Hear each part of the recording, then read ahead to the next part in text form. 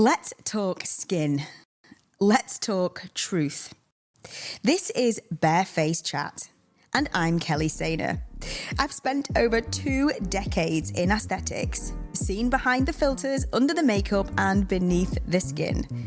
On this podcast, we strip back the noise and get real about beauty, identity, and everything in between. In this episode, we talk about being unapologetically powerful, what it means to hold both grief and success in the same breath. We talk grit and grace, business and bravery, and women and womanhood.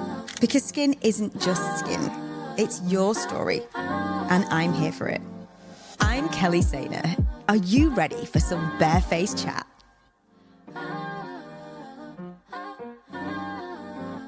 Disclaimer. The views shared in this episode are personal opinion and are not intended as medical advice. Always consult with a qualified professional before making decisions about your skin or health. To those of you that don't know who this wonderful human is sat in front of me, this is my good friend, confidant, mentor. And let me introduce you to her because she is phenomenal. And it's probably weird hearing yourself being spoken about like this, but yes. I hope you can see what I see. In this episode, this is going to be one that's very close to my heart. Oh my God, I feel like, what's going on? I feel emotional. Okay. So my guest today is more than just a successful businesswoman. She's a woman that I trust implicitly, admire deeply, and connect with on a very soul level, always have. Thank you. Barbara is the founder of Triad. Correct. One of the UK's longest standing promotional business gift companies, going strong for over 35 years. You've built this massive powerhouse in a very man's world, I guess, male dominated, competitive industry. Very. With a team that you've held together, which seem to me to be loyal. You're protective of them. Very. You're all fierce women, and you lead with integrity. That's what I've got from you and the people that I've ever met that have worked with you. But she's more than just a business success story. She's spiritual, intuitive, wildly generous, and fiercely independent. And that's probably the 5 years we've known. Yes, maybe I think so. Longer. Yeah, I think about 5. Yeah, yes, longer it seems though. To be perfectly honest, longer than 5. It feels like you're a lifer. Easier. Yeah. 100%. Yeah, absolutely. Even at home, we talk about this. You paint walls, you fix things, you get stuck in, like you do it all. I do, got to. Single female, so yeah, I've got to, yeah. I've got my own tool belt. I've got toolboxes. One at home, one in the office. Oh, I love a toolbox. Love B&Q. My friend recently bought me a Swiss Army knife when I moved into my house. I was like, I've got one. It's my favourite present. Yes, it is. Wonderful. Yeah, absolutely. Like... Yeah, you never know when you might need that. Honestly, there's something I love about it. Not about Married at First Sight, and some guy was talking about pink jobs and blue jobs. I was like, oh, hang on, mine's all been pink and blue constantly. Is there a difference? God. So we're definitely both cut from the same cloth, and despite being 30 years apart in age, we would never know that. No. It's never been. No, energy is instinctive, I think. 100%. And I think if you manage your life, your energy can continue right through. Age is just a number. I know it's a cliche to say that. No, you're right. But seriously, coming up to a big birthday next month, then obviously it's starting to resonate with me a little bit. And I think, no, but I'm no different now than I will be in a month's time. It's just a number. I completely agree. And that's, I think as you get older, you realise that as well. Because you try hard when you're younger to chip it to be, don't you? Oh, crimes. God, I've tried all my life, yeah. Totally true. But you know what? What I want to talk to you about today is being unapologetic. We've talked about women and empowerment as big for the both of us. Very. What it means to have gone through life understanding grief, still fighting through it, recognising that and still being the one at the top. The swan, still going. Very much so, yeah. We have not stopped talking together. We swear like troopers, which I love. We control that today as much as I can. It's fucking fine. Do what you need to do. There is this conversation is definitely going to be no holds barred. About life, about women, about us, about connectivity. Your friend We're sisters from another mister. Definitely. Please welcome and thank you, Barbara, to Barefaced Chat. Do I get a round of applause for that? You do. I'm going now. She's done. Mic drop. I'm done. No, it's been an absolute pleasure to come and do this for you, because I respect you enormously. I could give you an accolade quite easily as long as you just give them mine. I felt really confident when I first met you, and I was fully relaxed. And I feel that women are so important, and our hats off to women who run successful businesses and have childcare as well. I do not know how really girls do that. And even though you try to be everything to everyone, you can stretch yourself so thin that you can't really give time for yourself. And it's been true of me, that really, being dedicated towards what I wanted to do. It's one of the saddest things that I never had children, purely because I was married very, very young. In my day, you got married when you were about 21, something like that. And I was divorced and bought my husband out of the house when I was 23. So that's, it was, I don't know why. Massive testament. Exactly. And I've been really independent since then. Even though I wanted to have a family, I realised early on, I kept thinking, I can have children again, I can have children. And then you got to the point where it was a matter of, I can't do both jobs well. Really? Yeah. I'm a control freak, I'll admit that. I go into minute detail to ridiculous levels. Yeah. And I realised that if I had children, it would definitely have an impact on this young business that I'd just fledged. So I fledged Triad when I was 28, out of my back bedroom. Wow. It was out of necessity because I'd left my previous employment and I'd been 2 years unemployed. I was getting to the point where I was going to lose my house. And it was either moving back to my parents or going on the enterprise scheme, of which I did in 83. It was a matter of thinking, well, I can just go and try it. So you just work really, really hard. And there's no saying, it's a cliche, the harder you work, the luckier you get. Yeah. And it is very true. So going back to saying about the child side, and because I didn't see any need of having a baby to let somebody else bring it up for me, because I would want to see the first steps, the first smile, all that, because this control thing with me. Yeah. So I didn't. So I have hats off. So really, I've been extremely fortunate that I've dedicated too much of my life, I'd say, to a career. Is it a regret in you? Is that just one thing that it's the one thing I regret. But you can't have everything in this life. Absolutely. And would it be in the same company? So that's why I champion women and I try and help women, because it's still tough out there. It is very much male dominated. My industry is very competitive. Well, so is yours. You've got to give on constant great service, attention to detail, costings, being in your A game every single minute of the day. And you're in a hard industry, I think, because I can put the phone down and go, oh, God, fucking, and go for a bit of a rant outside. When you're forward facing and you're doing something very personal to that person, you can't afford to make a mistake. Absolutely. You can't afford to be glum that day. Absolutely. Because I bet you're very much like being a hairdresser, when they go there and they tell all your problems. Absolutely. And you have to keep confidences and you have to kind of... Yeah. Also, I mean, I always feel with you that when I'm doing a business transaction, when I first start seeing, a new person, whatever it being, like yourself, I like the honesty that you give me. Yeah. I like the fact that you don't ever want to do things to me, because that's not me.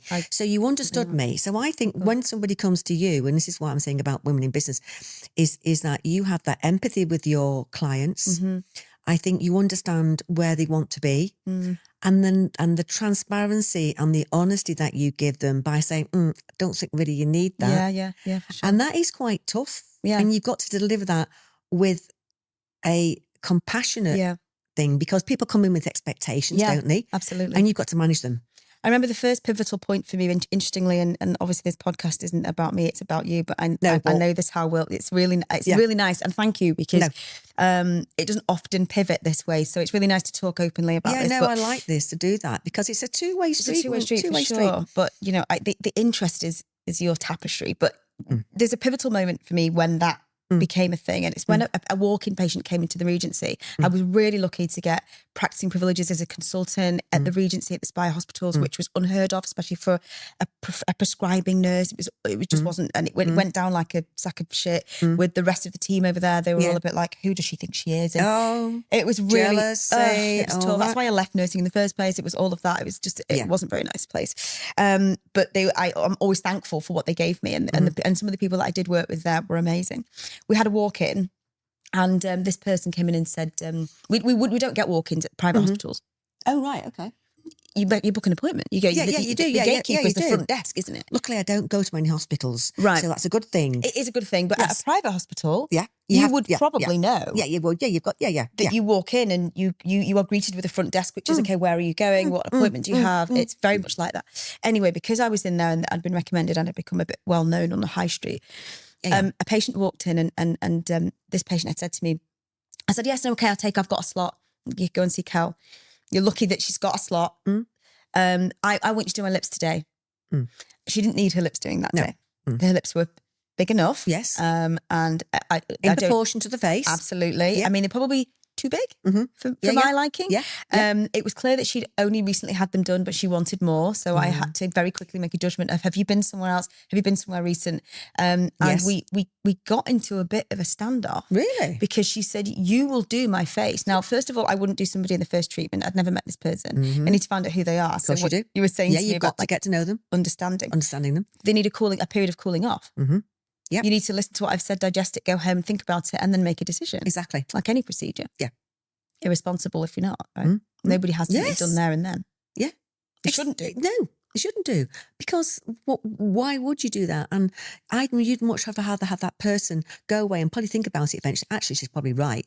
And I like the fact that she's not here just to capitalise on my vulnerability. Absolutely. Of how I see myself in the mirror. Yeah. Because let's face it, there are a lot of people who just capitalise. Absolutely. On, yes, of course I'll do that. Because you don't care. This person said to me, it's my face, it's my money, and I want you to do it today. Well, and I said at 20 odd, early 30s, it's my PIN number, it's my decision. Reputation. My reputation. She said, somebody will do it. I said, you know what? I'm sure somebody will. Of course they will. But it won't be me. Yeah, good. And it was I did not know I had that in me. Yeah. So you dug deep and you just thought to know, and because but professionalism, and basically, if she understood it, she should have seen it as you actually caring about, you'd not met her the first time, but you were caring of the fact that your professional opinion that you've been doing for years, that you said, no can do. Yeah. You know, I mean, that's hard. That was tough. That was tough. Yeah. Oh, yeah. I mean, it is. But sometimes you've just got to do it. Yeah. Because otherwise you're going to be pushed around, aren't you? You are, You're going to be pushed around by your clients, and they're coming to you to see a professional person. And therefore, you know more about what goes into people's bodies than I do. Look at the history, though, of celebrities and their deaths because they're doctored, because the celebrities said, do it, give me more. And they did. And they've gone, yes, sir. They shouldn't do that. They shouldn't. But the pressure, you know, my heart was pounding. I was very intimidated. I thought, can I make this decision? You know, but I couldn't have done it. I knew in that moment I could not have done it. No. And with you saying about empowerment and all that, you know, and I think you've given your people desperate to do that with girls. That Absolutely. ability. Yeah. Yeah. Because you said the other day to me, interestingly, that the accountant, you've taught her how to argue like you. And I thought that was so interesting. Oh, well, it's quite funny because boyfriends and husbands will say to me over the period of year, because I've been going a long, long time. And I'm not really PC. I mean, honestly, I've gone past that. You've earned your right. You've earned your stripes to not be PC. Exactly.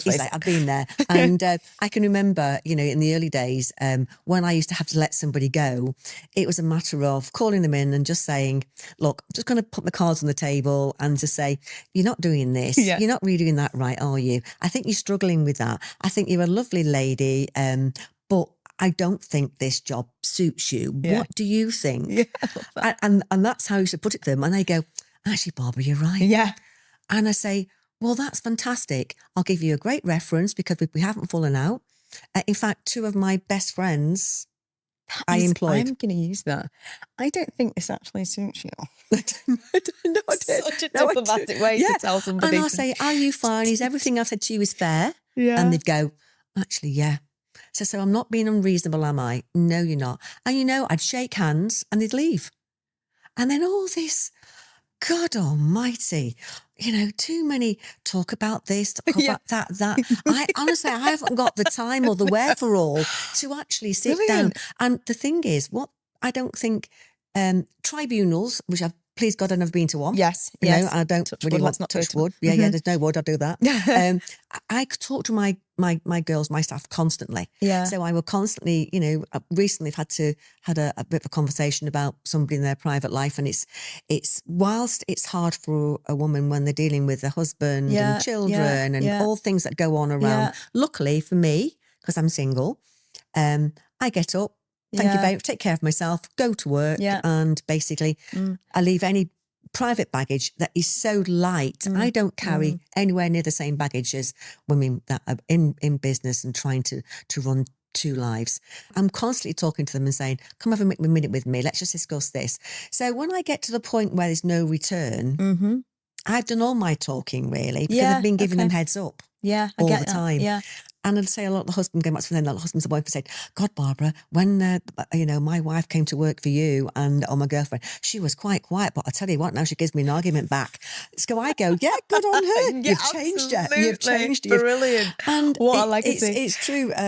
My lovely account lady's been with me just over a year, and she's absolutely fabulous. I mean, but quietly spoken. Yeah. And, when sometimes you got to get them, you got to call the money in, because I deal with quite large companies who feel they can take 90 days if they want to. Right. Yeah. And even more if they want to. Yeah. So I'd say to her once a month, who's giving you grief? Is anybody giving you grief? And she go, yes. So I might say you're going to have to refer it to me. Yeah. So I try and give her, but no, she's absolutely starting to argue the toss just like me. Again, I think it gives her an idea that she's valuable to the company. Yeah. It's really seriously important. And I see this with your girls here. It's a family. It is.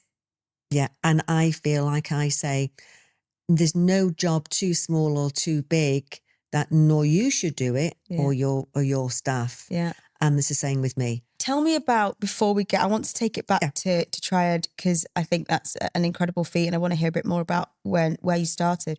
But tell me about, while we're on that thread then, how you manage to walk the line boss and friend. Really hard. Really hard. Same. Yeah, really, really hard. Seriously, that's a tough question for me because I'm a personable person. Absolutely. You've taken the words out of my mouth. And being an instinctive salesperson, you naturally want to be a people pleaser. Yes. Instinctive in me 100%. To do that.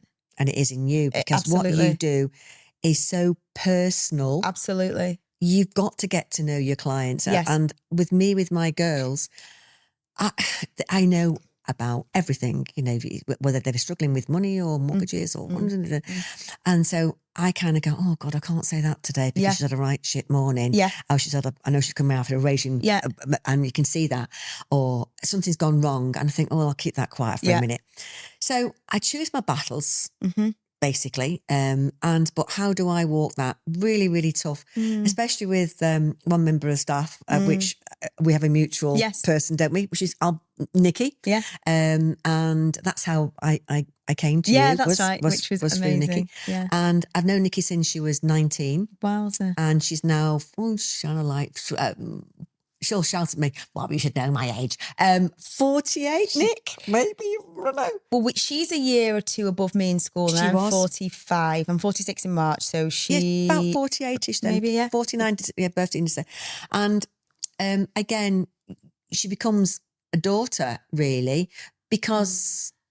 I've kind of moulded her as much as I could. She's an individual person, very strong, very strong. Absolutely. In fact, sometimes I think, shine a light. Yeah. I've done force. So much. Such good, yeah. I mean, a force. Absolutely. I mean, fabulous person. Yeah. Would trust her with my life. She's the same person you see. Exactly. Isn't she? Very honest, transparent, the same person you see. And it's hard, but she's been very respectful with me all the time. Yeah. And because I have that connection with her family-wise, sometimes we headbutt. Yeah. Because sometimes I've got to say, I don't think so. Yeah. I don't think so. But we've never lost the personal side. Yeah. So I've always tried to say to her, this is business, Nick, and Absolutely. She'll say I'm wrong. Yeah. And sometimes she's right, which I don't Yeah, I know. Yeah. My way's not always the best way. I get a bit tunnel vision sometimes. And I value her opinion purely because we've been together since we were 19. She was 19. But I think Nick probably finds that a bit harder than me. I think because I do step away a bit from everybody else, and I have to keep a certain amount of what's the word I'm looking for? Not a law. What's the word I'm looking for? Where you can say, yes, I'm a boss that you can talk to and have a laugh with and swear with and have a drink with. Yeah. But at the end of the day, I am your boss. I am the boss, and I've got to make the figures work. And sometimes if there's too much chatting, I will interrupt everybody because it's an open plan office and it's all girls. And, we start on something, don't we? Yeah, we talking about like sex or something, and before you know where you are, half an hour's gone, I'm thinking, right, done. Absolutely right. So you've got to almost just have that one modicum of thing left in your body where you say, no, me boss still, but not flagellate them with it. Absolutely.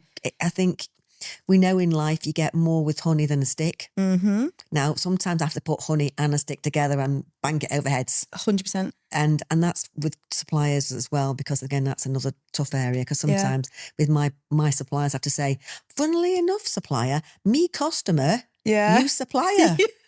Because this is the relationship. This is the relationship. I might be hale and hearty, but trust me, if I have to, because that was taught to me in a sense that when I started, it was all loads and loads of just male dominated. And I was a young woman, but I've always been stroppy. Yeah, good. Always been stroppy. And I think women need to believe in themselves and trust your instincts, which you trusted that day. What happened? Did she go away? She did.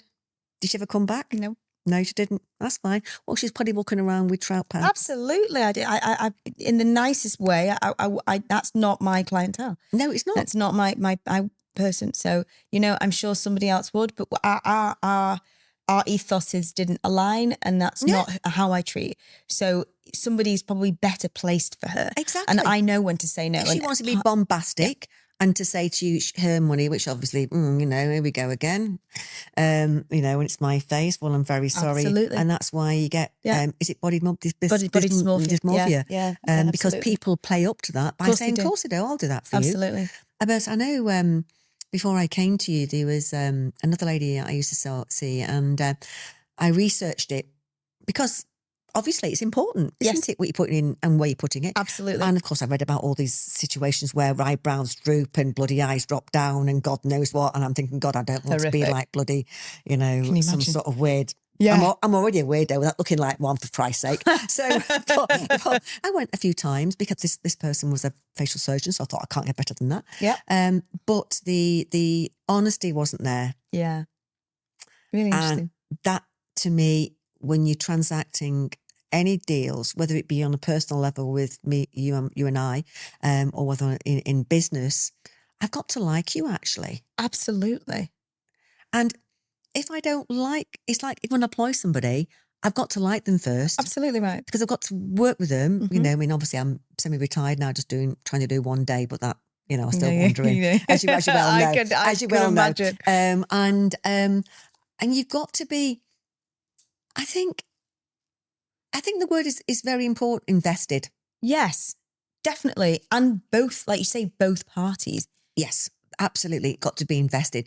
And going back to, you know, like staff as well, I want an investment in them, because when I actually interview, I say, I have a big investment in you. I am an investment in training you, and, you know, and obviously the same with you. But I have an emotional investment in you as well. I see any relationship as a two-way door, as a revolving door. You give some, you give more. But the minute I feel I am giving more than I'm receiving, and this is my interviews, this is how I interview people. And Christ, I even ask them what the star sign is. Brilliant. Yeah. Well, I mean, and I think, you know, so really they see me from the moment they come for the interview. I don't describe the job as euphoric or absolutely the most wonderful Best day. thing they're ever going to. No, it's what job they're coming for is a tough job. It's a responsible job because it's quoting, it's dealing with customers' expectations, it's dealing with communication with the customer. Because as you know as well, you've only got to make one mistake. Absolutely. And you don't get that returning footfall, do you? You know, as well, and just context for people that are listening, you know, we were talking about your brand, you know, talking about like the responsibility that you're talking about. People, their brand is their identity. Oh, God. So this is what you do. Kel, I've received books off big people, and they're like this. Yeah. And they spend millions of pounds telling me it's a millimetre away. And then when I got to explain them, that's very nice that you designed that, but you do know that will replicate onto a T-shirt or onto a piece of paper. It looks very, very nice on billboards, but you know, it's it's minute word. And so they've got to be meticulous. They've got to be engaging with the clients and with the customers, with the suppliers, because you get the best out of people. And seriously, we can have customers where you've done cartwheels down the office for them because they've forgotten, and they're lovely people now because they're all marketing directors or people like that, and you just pulled them out of the shit probably last week, and because you're a penny out on something, that's how crucial it can be, they go somewhere else. So the one thing I've seen a difference over the number of years is loyalty. Yeah.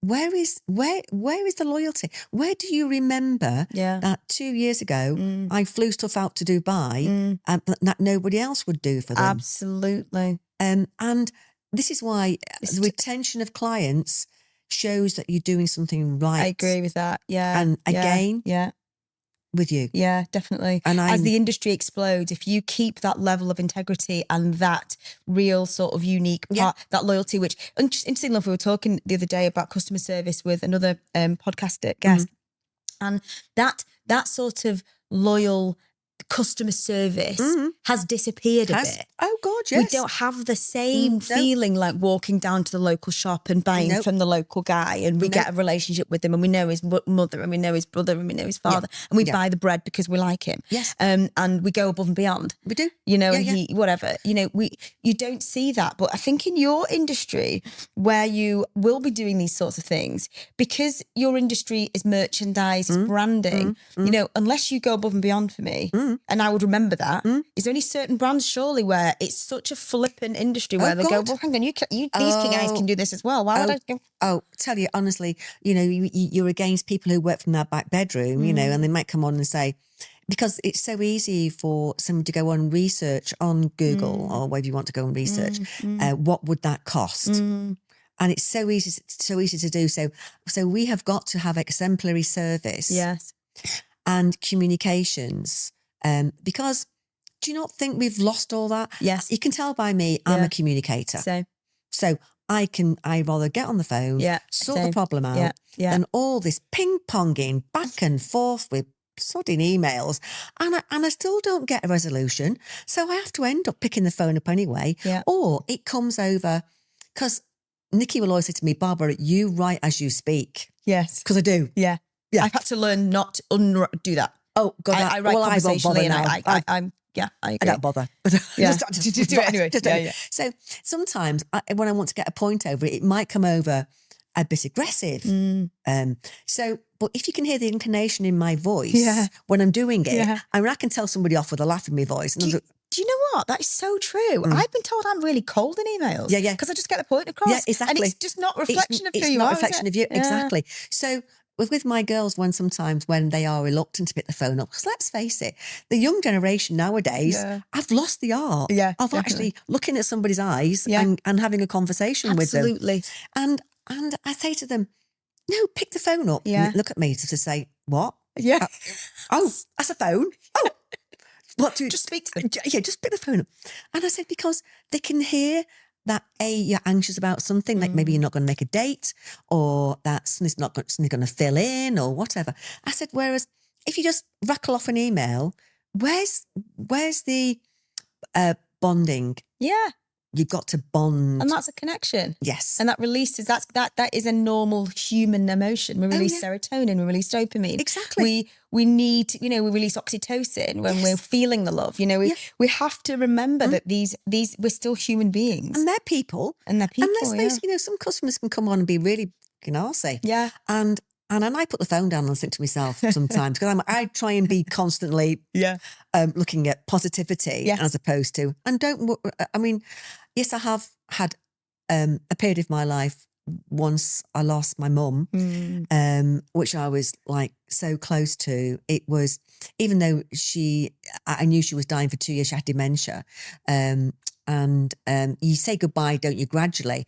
Even when mother died when she was 95, and I just marched on, because that's what you do, isn't it? You marched on, and I did everything that I had to do. And then 18 months later, I just collapsed, basically. That's when the grief hit you. And that's when the grief hit me. Yeah. So I do know, my life, people might think, oh, it's okay for her swanning around, because she's done this, she's done that.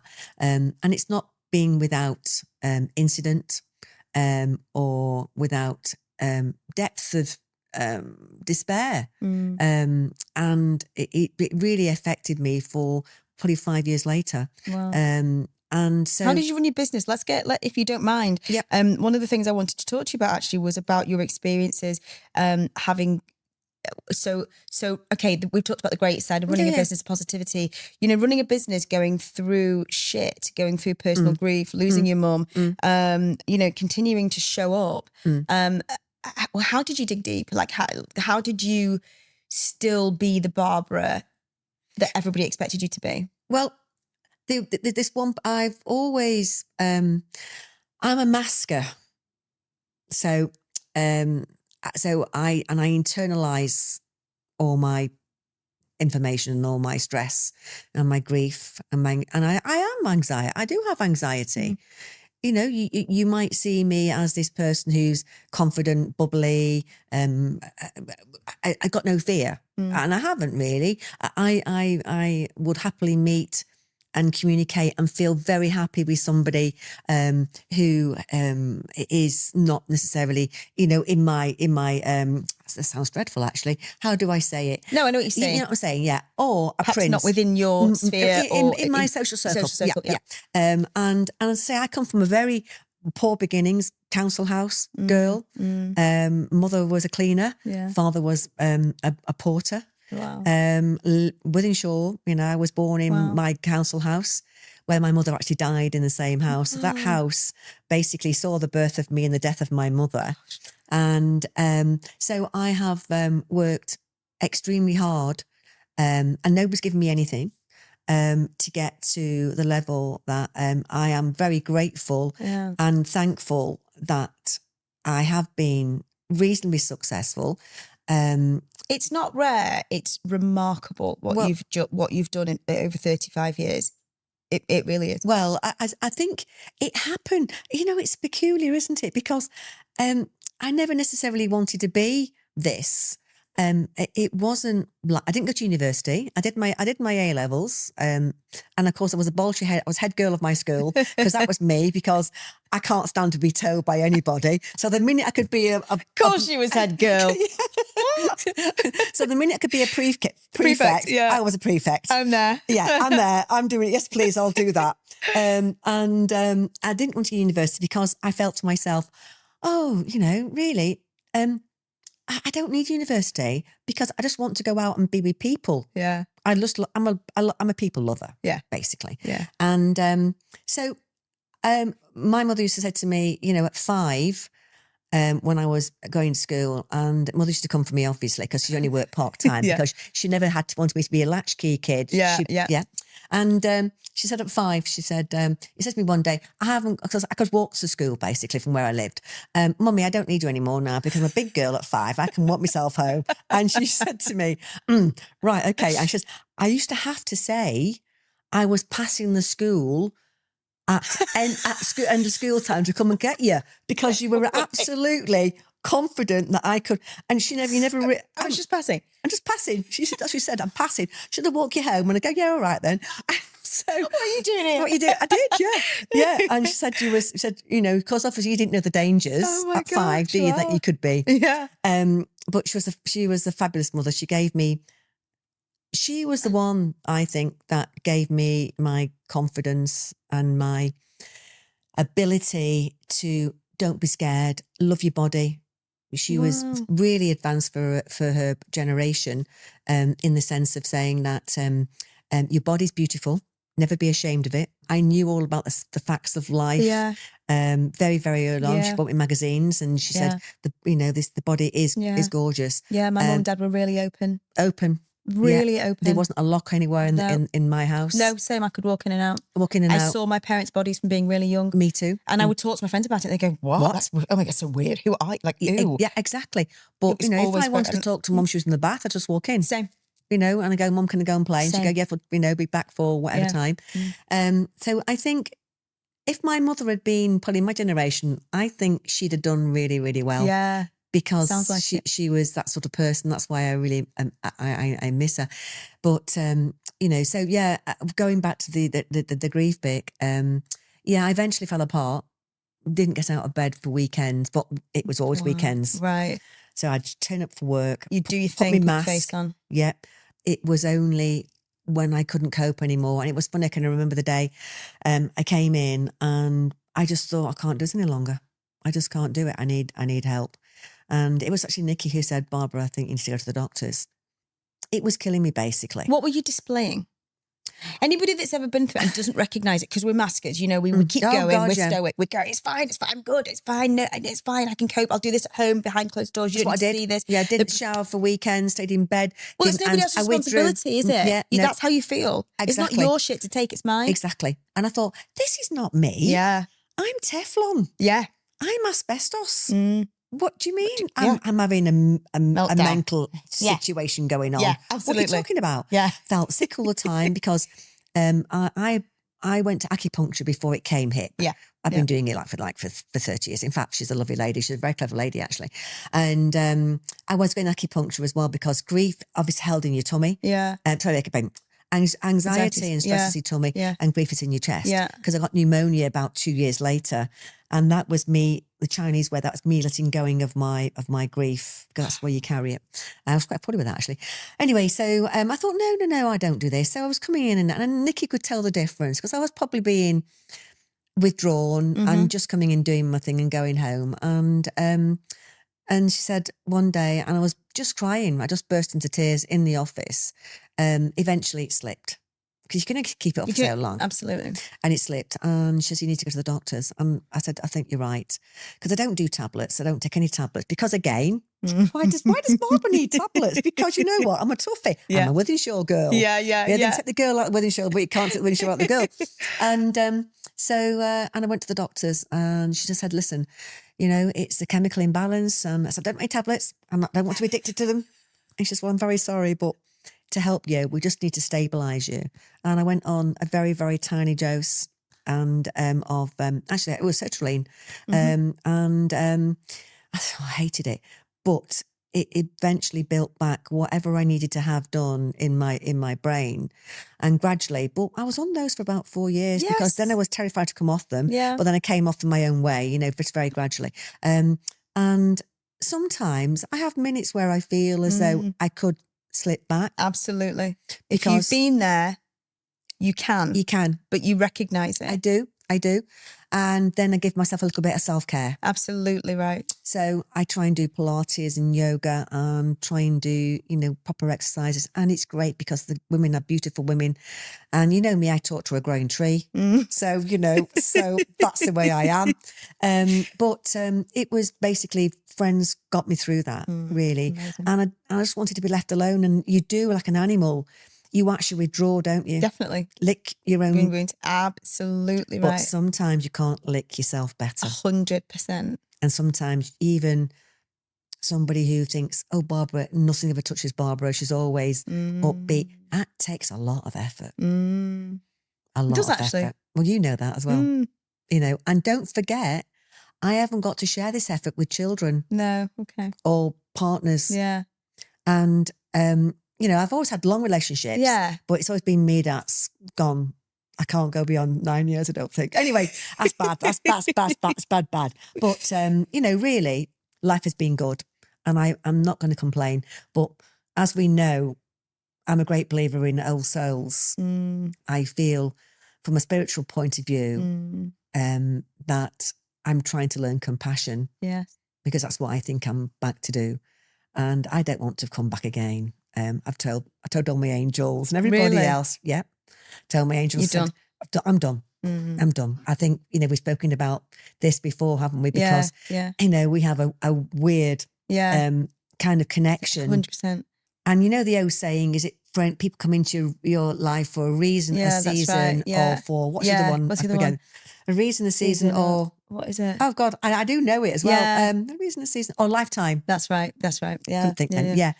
And there's people that you meet that you know is always going to be a lifetime. It's an energetic, vibrational thing. It's a field. Isn't it?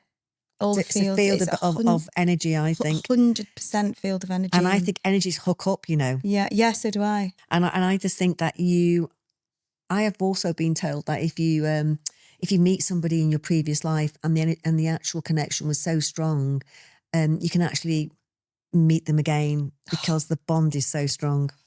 Yeah, exactly. Crazy. Yeah, and I think I had that on occasion with a partner that I met. Yeah, and funny, it wasn't meant to be, but it was funny because how we met was, I won't go into because obviously, but it was when we first kind of got together, the very first kiss, I felt as though I'd kissed him for 1,000 years. Seriously, and I've never experienced that before.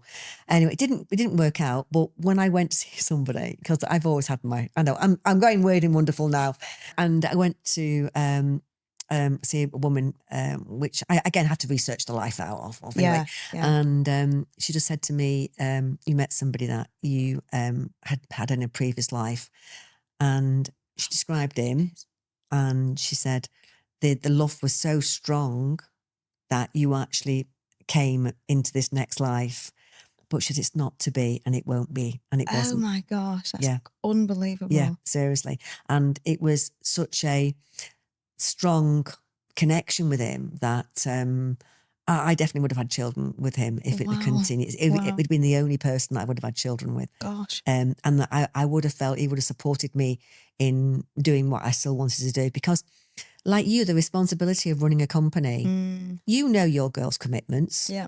You know where they are in their time of life. Yeah. You know their expectations. Yeah. You know their dreams. Yeah.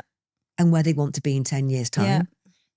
So you've got to make sure that what you're doing at the helm is exactly right. Because you're taking care of yourself and your children's futures. Yeah.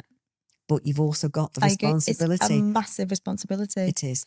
It is. And that's why every decision that you make, no matter how small, ends up to this big choice that you make over a year. And somebody said to me once, Barbara, you haven't just been lucky. You've been clever in every single small choice that you have made throughout your working day, your working year. Wow. And that builds up. It's like when you prep a room, when you decorate. Yeah. If you prep a room correctly, the whole thing looks finished. Yes. Where if you skip corners, I can see... It'll come back to bite you on the arse, won't it? Yeah. Constantly. Down the line. Down the line. And you know what? It does. It does. And then it's harder to shake off. But... So... I'll be quiet now. No, it's fast. I honestly, I get this. We talked about this yesterday. When vibrationally, something changes within me. Yeah. Okay. That's and good. It's like it's the weird. Everything else disappears. Yeah. When it's the strangest connection. It's the strangest feeling. But I realise now how connected I am to the ground, to the earth, to the universe, to people. And when I'm with you, so that's important. Yeah, that's so important. I think that so important to be the real you. And it's really hard. We talked about this yesterday, didn't Did we? you? Oh my gosh! Oh God! Oh, so actually, he says he's a brother now. He's another. It's a brother for another mother. Yeah, definitely. No, you've got to try and be. You can't be you all the time. Do you know what? Because nobody likes it all the time, do they? But you've got to try and be the real you. The real you. Yeah. Find the real you. Yeah. The me. The me. Yeah. And I think you're pretty much there. Oh, babe. Well, I'm trying. A lot younger than me as well. Trying. So that's great. I'm trying. It's taking me a bloody fucking lifetime. I was going to say. So we're still trying, aren't we? Yeah. But back on that then, and instantly, one thing I wanted to ask you about your career in the beginning, like before we jump forwards again. Yeah. Why merchandising? Like, right. Why that? Why? Okay, so where was I? Yeah, so when I left school, I went to be a PA to a sales director for baby wear manufacturers. Okay. Yeah, so I would have been 19 and I travelled into Manchester every single day. He was a fascinating guy, so I still speak to him today, funnily enough, and he's 19. In fact, I still speak to my first boyfriend when I was 16. Yeah, today. So, yes, I still speak to him. Wow. Anyway, he was a fabulous boss, very kind of outgoing, dealt with people like mother care and Boots and things like that. And we did baby care ranges. And God knows why he chose me to be his PA at 19. I hadn't done bugger all, basically. And it kind of launched me into dealing with big brands right from an early age, because I had to kind of speak to them and think. They closed down one of the factories, and then I decided, well, my husband, obviously, I moved house from Altrincham, because I bought my first house when I was 19, because I said to him, I'm not buying a house, going to work every day, being a wife and working and doing the house up. So I did it all before. So when I got married, the house was done. So I moved into Congleton, and then on the weekend, and then started a new job in Macclesfield on the Monday. And that was a company called Publicity Textiles. And they did mainly a few merchandising, but mainly ties and scarves. And in days, big business, ties and scarves. So I was dealing with the mills and CMT House and things like that. So I had kind of, my toe was already in it. Did there for a while, then it had to leave due to personal stuff, which I won't go into. I came, and then I was unemployed. So I decided, what really could I do? And because I'd had some in kind of contact with the mills, I actually decided that's what I would do. I would just start selling ties and scarves. I was going to say that I've got that down. Have you? Triad started with woven ties and scarves. Exactly. Wow. Yeah. And it was tough because obviously being by this time, a single person managing, mortgages and things. So obviously I had bills to pay, and going to see the mills, and again, very male oriented, and they obviously wanted security off me. one particular mill wanted to have security on my house. And I'm not giving you that, mate. I thought, how can I do that? I knew I'd be okay. But I went, no, you do know me from previously. Mind you, I was employed last time. So he didn't want to work with me. So that's fine. Okay, so I walked away and I began working with those other mills. And in them days, it was quite a secretive sort of business. Nobody knew where they were made. So it was quite, because I knew that. So basically I would buy rolls of fabric and then send them to a CMT house, which is called make and trim house. And they would do the ties. But I had a single typewriter. And by the way, I'm dyslexic and I reverse figures, point one, can't bloody spell, don't punctuate. I did A-level lit. Christ knows how I passed that lit. And how I passed it. But I don't, Nikki will say, Barbara, don't you believe in commas and exclamation marks and full stops and paragraph? No, I don't actually. No, I don't. So, and I can remember this typewriter. It had a correction tape on it. Oh, did it? Yeah. Yeah, I remember that. When, and I would type a letter to a client saying what we did, and I would have to type it out physically. And then I'd go to the post office and post it. And then I would be on, and then because I'm a communicator, I was on the phone all day. No, I knew basically where I should be. And that's how I started, basically. Wow. Just typing my own letters out. Christ knows if I saw them now. I bet you could see all the mistakes. Did I put a full stop in that? Oh, hang on. Should that have been a capital letter? What? Anyway, so Christ knows how I got any business. But I did, because in my first year, I made a really good profit. But don't forget, I was working from home, no overheads. Wow. And that is so cool. Yeah. What an interesting start. Yeah. What an interesting start. Yeah, and then eventually I had to think, well, I can't stay here. I've got to kind of break out and employ my first person. So yeah, and basically I've been very, very lucky with the people that I've got, because let's face it, you and I wouldn't be where we are if we didn't have a brilliant team behind us. Absolutely. There was no iron team, but no, I couldn't do any of this. I always say that without these people. Yeah, exactly. You can't do it on your own. You've got to trust them. You've got to trust their decisions when you're not around. And that makes you being able to do the stuff that you can do when you're, obviously facing, your clients. Absolutely. And for you to be relaxed enough to do a good job. Definitely. Because you can't be stressed. No. Doing what you're doing. No. Because you've got to evaluate what you want to do. Absolutely. Decide of where you think you should go for them. Yeah. And manage their expectation that they walk out feeling the best person they can. Absolutely. I say this, I want to come in, have them be the most important person in the room. Yeah. Knowing that everything else is working behind the scenes. Exactly. And it's difficult because when you get to my age, you can't be looking like you're 21. Mind you, I had bloody crow's feet in my bloody wedding photograph, so I've obviously laughed through my eyes like you do.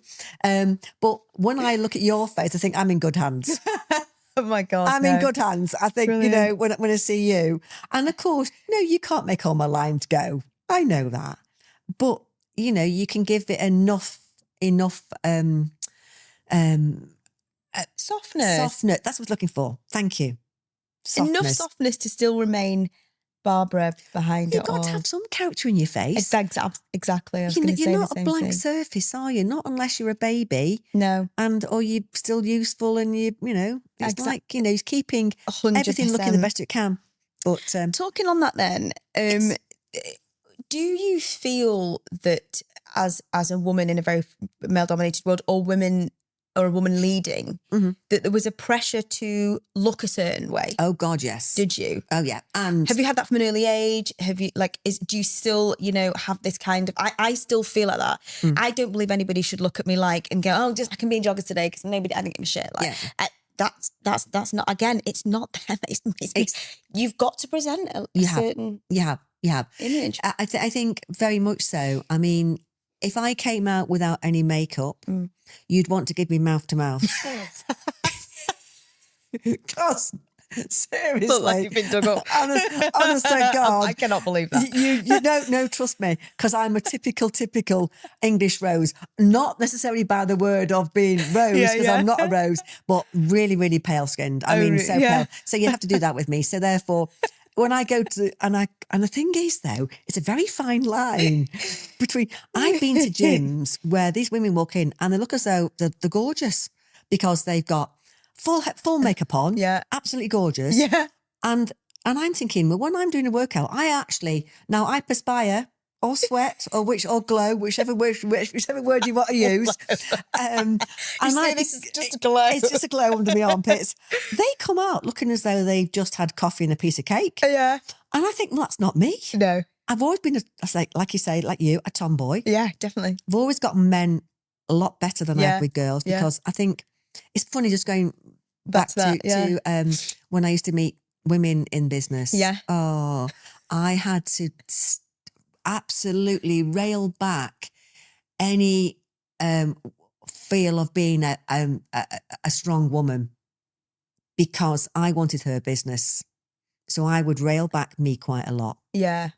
And I'd have to be, not the word subservient. I know what you mean. But I'd have to be complicit with that. Okay.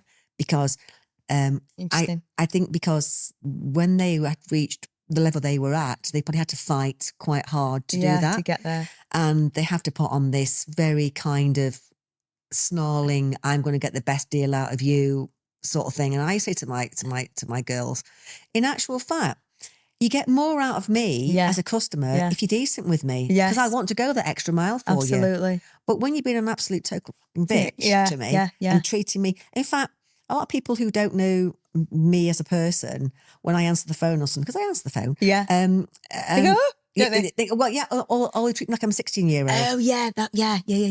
So some very, very, very occasionally, if I'm a Scorpio. So if you tweak me tail, it will come up a little bit. I tried to control it now because it was really bad when I was younger. And sometimes, even with suppliers, and I'm speaking to a young lady, and fair enough, she's earning a spurs, which I haven't got a problem with that. You can be assertive. Yes. But you haven't got to be rude. Absolutely right. And you don't need to be aggressive. Yes, I agree. Because it puts the person's back up. So, and occasionally I have to drop in a conversation who I am. Oh, good. If I feel as though they're not picking up vibes from me, that what I am saying, this is what's going to happen, supplier. Yeah.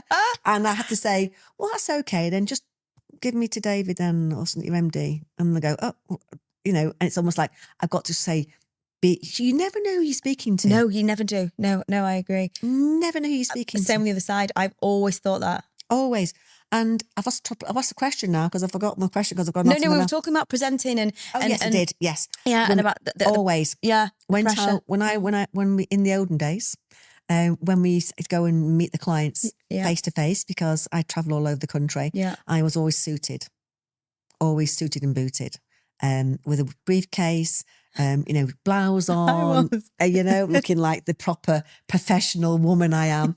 And I suppose nowadays, so I had to have that exterior of professionalism that when I was young, especially, so when you're like 28 and you're doing this job, and you are talking to experienced sales directors or owners of companies or big companies where, global companies, you can't just walk in, can you, with a pair of joggers and a T-shirt.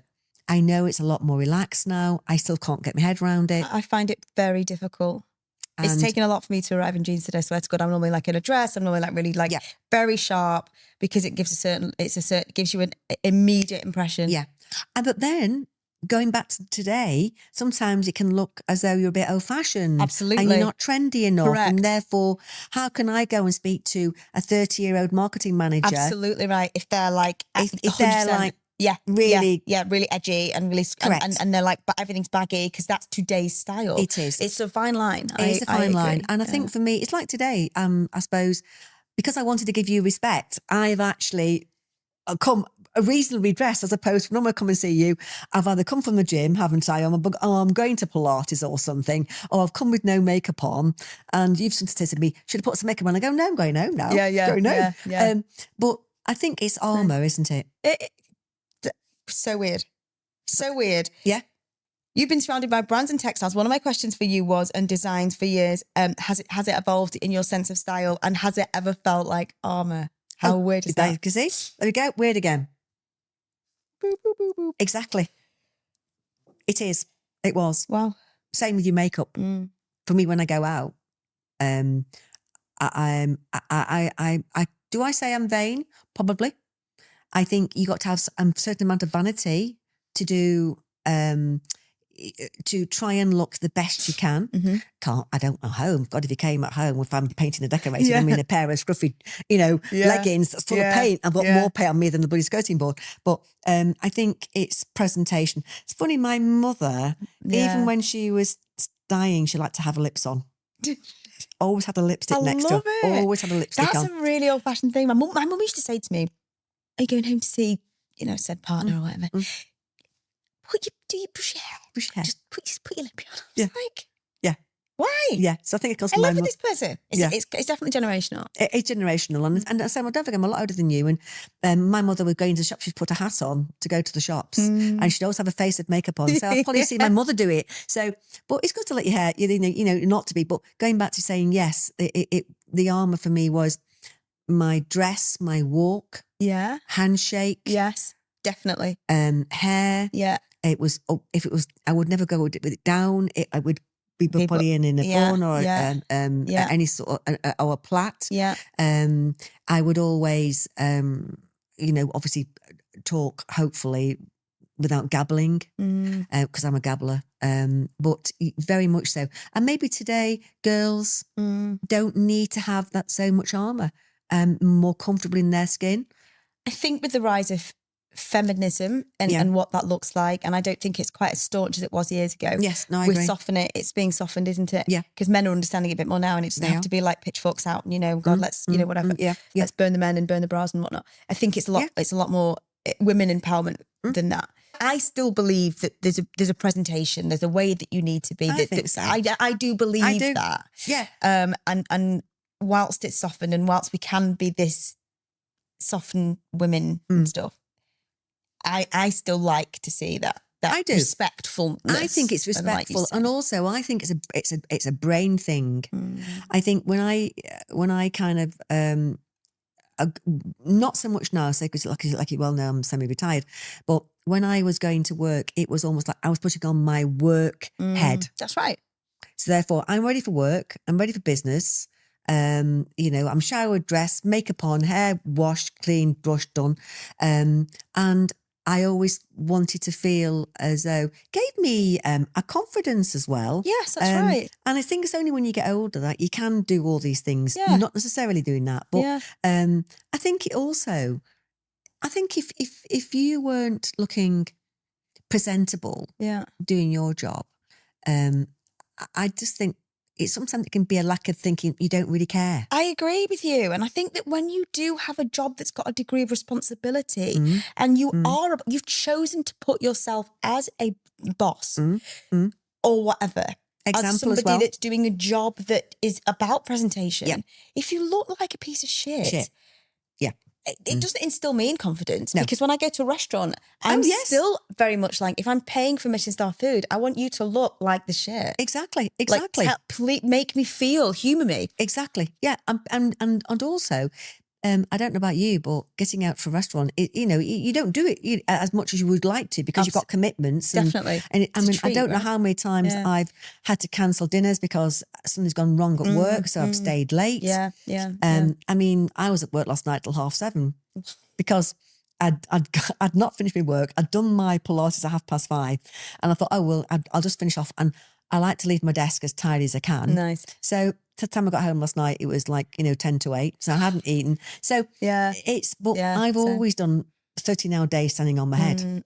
But again, coming back to this, well, I am so hats off to women who are with children, and all my girls are all mothers. Yeah. I can go home and then do nothing if I want to. Yeah, that's but it. when you go home, you've got to put your mother hat on. Yeah. and start again. Yeah, but the thing is though, that's real. And interestingly enough, I'm coming on to that in that I think that's a real testament to you though, Barbara, because, you know, you could have been a different boss in that, well, I don't have children, and I get that you do, and you've had to understand a lot of who your people are that you're going to employ, the demographic and the pot that you've got to pick from. Likely they're going to be mothers, right? Likely, so Yes, you have to go there. Yeah. However, you know, it could have been like PR, like, you know, like various different industries where they go, well, I'm sorry if you're having children. That's you're I'm out, sorry, mate. You're off. Absolutely, I don't care that your child's got temperature this morning, and you couldn't. He wouldn't leave you when you're taking him to nursery. Yeah. And they come in with tears in their eyes because maybe it's the first day they've dropped them off. Yeah. But you've not done that. No. You've realised where the benefit and the people. I value these girls. Yes, you do. But I don't think lots of people would necessarily employ like that. No, they wouldn't. No, I think I think you're so right, and I suppose because I haven't experienced it myself, but I've seen my girls experience it. I just take on what they've experienced. And you are right. And again, it's, I don't know how they can't. I agree, but they can. And they have, and they do. Absolutely. And still do, you know, and people then are forced to leave because, and you've got valuable women here, you know, who are now, let's say, wanting to go back to work. Yeah. And they only want to do so many days. Yeah. And they've got so much to give. And you know what? They enjoy coming out because they feel as if they've got some value for themselves as well. And they're not just being with children all the time. And I think I think we have a lot of women that go to waste. Yeah, but the balance of you being able to that you could have been so much more selfish. You said you're quite controlling. Like those two together could make you a super bitch and make you absolutely no. This is okay. I know you've got children, but that's not. So what? You came for do a job. Thank you very much. I don't want to. Yeah, you've been very. You know, you've been very driven, and it could have led you down a different path. But it shows more about who you are and the humility that you've got, and who you want to be, and how personable you are. Well, thank you. I never really thought about it that way. I just try to be. I think I try to be fair but firm. I think, you know, I've never thought about it in that way. To be perfectly honest, I haven't. But I've always thought it's a unique trait. Is it? I don't know. Yeah, I'll take it. But you know, I find compliments really, really hard to take. But anyway, but on saying that, you know, I've had to sometimes, you know, sometimes if they are taking the Michael, then sometimes I will just say, and it'd be a very quiet word because and they say she notices and hears everything. Yeah. And I do. I'm like I'm like this Darth Vader person that walks around. Yeah. But no, well, thank you for that. I will take it, but I didn't consider it to be anything more than humane. That's because of who you are. That's not always what's out there. No. And that's what lots of women worry about. Oh, God, I'm going to get pregnant. And even you can hear the bosses like that. That's why these things have come in. There's a menopause act now. There's, you know, there's various different things to actually protect women about being pregnant. There's shit. Oh my God, I'm pregnant again.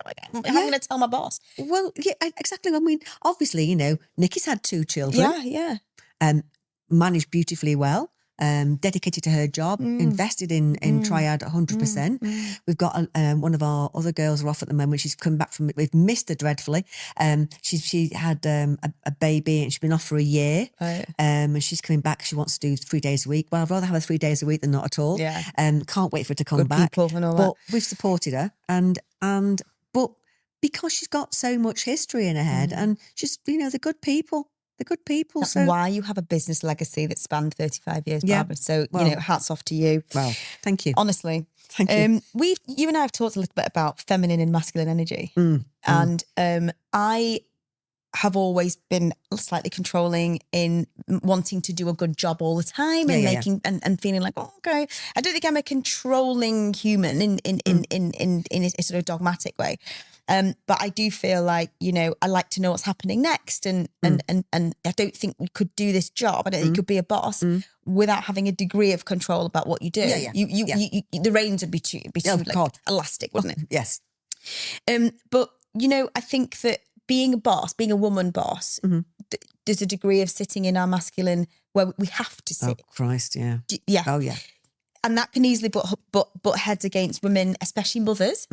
with partners, where at home they're expected to sit in their feminine. We have the roles for me in relationships have always I've always struggled with men and butting up against that masculine energy. Yeah. I can do it. Let me do it. But I sometimes think that softness of a woman wanting to take over. Let me paint. Let me, I want to paint. I can do these things. I want to look after you. I'm a hunter gatherer. It's very primitive. I've struggled, especially because I'm a tomboy. Have you found it difficult to, or easy to sit in your masculine, to sit in your feminine, to recognize both, know where to step back? We touched on it earlier, but I kind of wanted to just dig deep a little bit. Yeah, I think naturally, I think I've always been a bit of a tomboy because I was climbing trees and,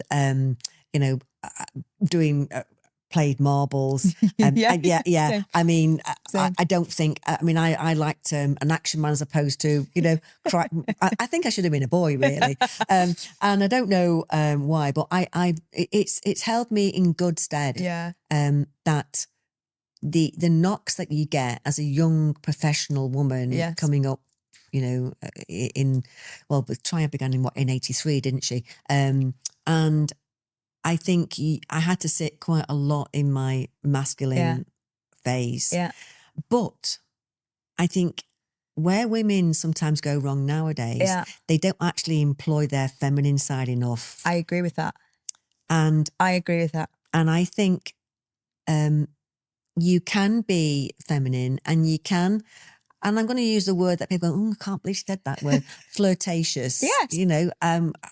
Because without, you can be nice and just have a laugh and be feminine. And I flirt with everybody. Yeah, exactly. Women, men. I do. Oh, I'm dreadful. I'm dreadful. It's like, whilst I can be, it's like if I'm with a partner, and a lot of my that sounds dreadful. I've not had loads and loads of partners, but they've all been. Well, I mean, if for instance, one of my I went on holiday with one of my partners long term. I was within 10 years, and went on this first holiday, and I'd booked it all, and he said, I went to the bedroom, and for the very first time, he came with me. And I went to the people, no, I'm not in this bedroom. I said, I booked a sea view. I said, I don't want to get onto a ladder and look over and stretch my neck and kill myself off the balcony to go and see a bit of blue sky. So anyway, so then they showed me another one because they've always got another one. Yeah, and then they showed me another one. And I still didn't like that one. Eventually, the third or the fourth one, I got what I wanted because I'm very polite. And you can be polite. Absolutely. And I do a lot with humour. Yeah. Yeah, I do a lot with humour. I do. So anyway, the next thing I went on, they said, I'm going to sit in reception. I'm going to get myself a gin and tonic. You potter upstairs. You sort of room out. You go and look at 5 rooms, and in an hour, let me know which room I'm staying in because I'm very happy. Thank you. Oh, that is brilliant. So, and that is a true story. Oh, and that's what he did for every single holiday we went on. So, is she happy? Is she happy? If she doesn't happy, she'll tell you about it. Anyway, so then it's the same with I can sometimes demasculate men, and yes. So hard not to. And it's not because they're not masculine. I mean, I went out with a Scorpio. In fact, he was 2 days before me. Fiercely bad time. When we had a row, we rowed. It was like fireworks. God. Slamming of doors, walking out. In fact, he'd actually pack his bags. No. An overnight case, and he'd go to the Midland for 2 nights because I wouldn't stop arguing. No way. And you know what I had to do to calm myself down? Write him a letter. Did you? I used to write it down. Get it all out because I couldn't talk to him because he wouldn't answer. Well, was it 4 mobiles? I can't remember now. He'd book her off to the bloody Midland. Yeah. I'm going back now, probably 30 years. Gosh. That's where he'd take himself. I said, you have a nice time? Yeah. See you tomorrow when you calm down. Yeah. See you tomorrow when you calm down. Oh my God. And then it's the same with tables. They go, just let her choose the table. Yeah. Because she's not happy. Oh God, I'm just... Yeah, so just choose a table, and I've actually walked out of restaurants because they want to give me a table that I don't like. I'll go somewhere else, thank you.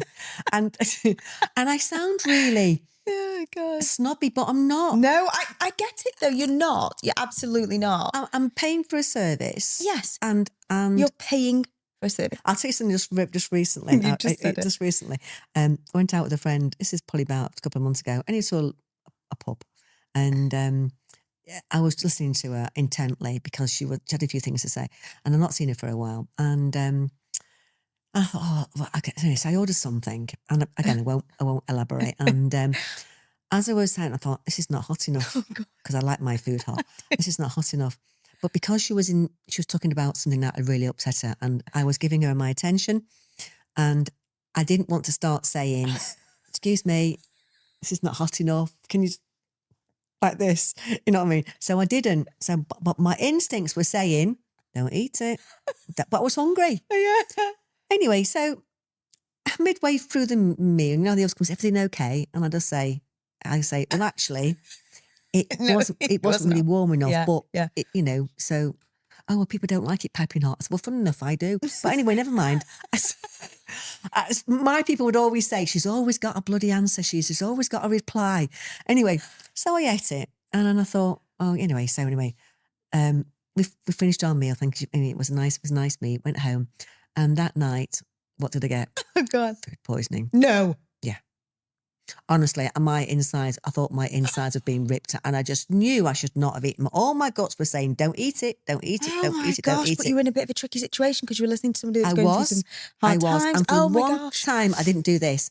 And when it came to pay the bill, she said, was everything okay? And I said, well, actually, I said, it wasn't really hot. And I think in future, I think you should, put a thermostat in and just, whatever. Just checking it, yeah. Yeah. Anyway, but I did complain. Oh, good for you. Yeah, but moral of the story. The moral of the story is that, and this is the thing. So trust your gut, and also, don't be afraid. Yeah, because I think women and men don't like to complain. No. I think it's a trait in us, isn't it? I agree. And really, how do they make things better if you don't, nicely? Yeah.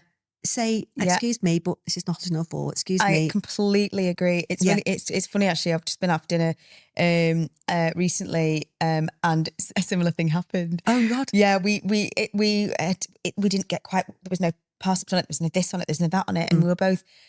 Should we say something? I mean, we complained that to this point now. It was getting a bit much. Yeah, exactly. Yeah. Yeah. And now in the end I was like, okay, let's just eat. You do. Sometimes even I go, oh, you know what? Is it bloody worth it? I just vote with my feet. Yeah. I can remember another and this is what I'm saying about how I take over at table. Yeah. Because I think because I give a service and people expect a good service off me, and that's right. That's where the customer service comes in. And expectation, right? It is. And I remember we went to this really nice restaurant in Manchester a couple of years ago, and it was a really, really beautiful place. But the whole idea of sitting down with people is communication with your friends, spending some pleasure. But we're bringing the food, and I went. I said to the guy, because we came, and I was with a friend, a male and a girl actually, and I just said, "Excuse me, I didn't know I was at McDonald's." just looked at me. He said, "Sorry." I said, "Well, you're bringing out everything. So, wine came, then salsa came, then main meal came." And I said, "I feel as though I'm on some sort of, have you got, do you need to be somewhere?" So I said, I didn't. And so I said, I said, well, a fast food restaurant. I didn't know I was in a fast food restaurant. Oh, right, brilliant. And anyway, they took it as, as a humour, and they didn't come. So, "We just shout me when you want your dessert." I said, "We will, thank you." Don't you worry. And then they gave us a free bottle of wine. Did they? Yeah, they did actually, because there's we appreciate, but it was, I didn't know, but because he'd booked it, it was a 2-hour time slot. Can't How can you do that? How can you do that into it? Anyway, they didn't bother us again. They didn't ask for the table back. We've got to have the table back by. I'm like, I won't come then. Yeah, because I'd prefer not. Exactly. Yeah. So yes. So going back to this, where do I sit? I toggle between them when it suits me. And I think that's an art. So I can be, But, I'm the same. Yeah, but no, I think the masculine rises too much in me. Yes, I agree, and I'm learning to. I mean, I've met a wonderful chap, and I without even realising it, I sit in my feminine. Nice, because he must make you feel that way. Absolutely. So he's because there's a big talk, isn't there, about poor men at the moment. I feel quite sorry for them because a lot of them don't know how to treat, a strong woman. Yeah.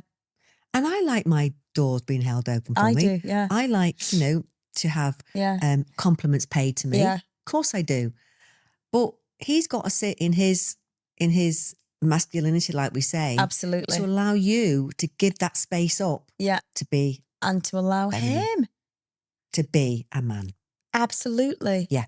Yeah. And I think I realise that's important now. Which is nice for you. Good. It's amazing, honestly. Oh, well done you. Before we leave, yes, I wanted to ask you. Is it 4:00 yet? I was going to say, it's nearly done. I wanted to ask you about, will you ever fully retire? Will you ever walk away from it all? Well, Nick says I never will. So, but no, I'm definitely making a sea change. Okay. So trying to travel. I would love to travel. So I've just come back. So I'm trying to fill those gaps in that I didn't do. Because holidays stress me, Yeah, I can imagine. They do stress me. Hate packing. Hate not being in control of my suitcase when it's, So I've just come back from Auschwitz. I wanted to go and wanted to go there. His word is not enjoyed, but I wanted to go and experience that. So, and going to Budapest next month. Nice. So what I'm trying to do is, if I entertain myself by being abroad, I can't wander in the office, can I?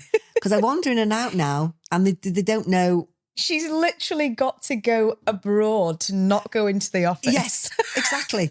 Exactly. That's yeah. dramatic. So because and unfortunately the gym is near the office, so I park in the car and I wander in. I might have a cup of tea. No way. And just see the girl, and the girls are my family as well. Oh my gosh, they are my family because I never had any, did I? So, no, which is amazing. So that's what I make them. Do you know what? This has been the most organic, easy conversation I've had on here. Honestly, it's been the flowiest, I suppose. I like I say, quite often I have these prompts and I like to sort of make sure that we've got a bit of a timeline, and it's a degree of modicum of organised, but this conversation naturally went the way. We've answered everything as we always do. Well, thank you so much. No, pleasure's all mine, and just thank you when you just kind of give me a bit of pain, as I always go, a bit of pain, and you say to me naturally, do you want to come and do a podcast? And I'm going, oh yeah, okay, then that's fine. And then nothing was said, and then. It's Sally, isn't it? Sally's been pursuing me. I know she has. And then finally she gave me dates, and I thought, oh, gee, well, she's giving me dates now. I better bloody sort that out. We need to sort it. That means she means business. So no, thank you, because seriously, I think you are a wonderful professional. Thank you. I think you're an ambassador for your trade. Thank you so much. And I think you'll go from strength to strength now. And if this, or engaging with you in this way, helps in a modicum of way, that you're safe in your hands. Thank you.